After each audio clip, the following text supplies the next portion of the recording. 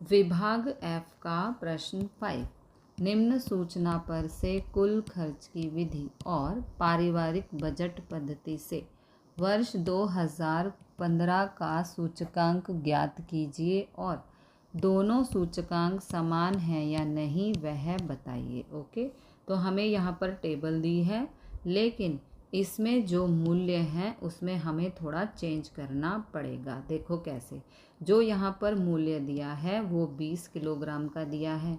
यहाँ पर जो मूल्य है वो क्विंटल के हिसाब से दिया है, तो पहले हमें पर केजी मूल्य फाइंड करना होगा। ओके, तो सबसे पहले बात करते हैं गेहूं की। ठीक है, तो यहाँ पर दिया है 1800।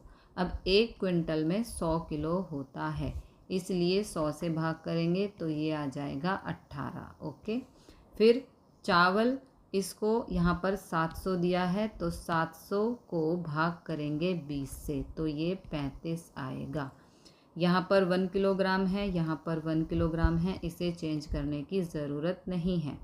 फिर बात करते हैं दाल की, तो यहाँ पर 2000 और यहाँ पर 20 किलोग्राम के हिसाब से दिया है, तो 2000 भाग 20 करेंगे तो आएगा 100। इसी प्रकार यहाँ पर 1 किलोग्राम दिया है, तो यहाँ पर चेंज करने की ज़रूरत नहीं है। फिर बात करते हैं 2015 के मूल्य की, तो यहाँ पर 2400 दिया है, 2400 को भाग करेंगे 100 से तो आएगा 24। ओके, 800 को भाग करेंगे 20 से तो आएगा 40। यहाँ पर 1 किलोग्राम है, यहाँ पर 1 किलोग्राम है, यहाँ पर भी 1 किलोग्राम है, तो चेंज करने की ज़रूरत नहीं है। लेकिन यहाँ पर 2400 है और ये 20 किलोग्राम के हिसाब से दिया है, तो 2400 भाग 20 करेंगे तो ये 120 आएगा। तो यहाँ पर हमने जो सभी प्राइस फाइंड किए हैं वो लिख दिए हैं, जो नए प्राइस हैं वो हमने यहाँ पर लिख दिए हैं। ठीक है, कुल व्यय की रीति से सूचकांक ज्ञात करने के लिए हमें चाहिए P1Q0 P0Q0। ओके, P1Q0, तो P1 और Q0 इन दोनों की गुणा करनी है, P0Q0 यानी कि इन दोनों की गुणा करनी है। फिर यहाँ पर इनका टोटल ये रहा। ठीक है, कुल खर्च का सूचकांक का सूत्र ये है, यहाँ पर वैल्यूज पुट कर देंगे, आंसर आएगा 118.45।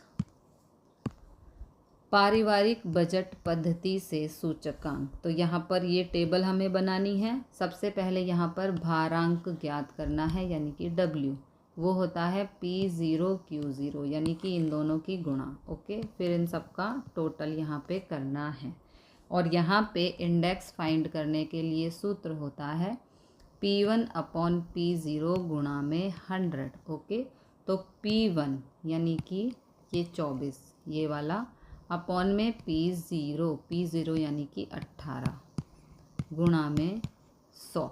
तो इनको जब हम सॉल्व करेंगे तो आंसर आएगा 133.33। ओके, इसी तरह से आपको सभी वैल्यूज़ फाइंड करनी है।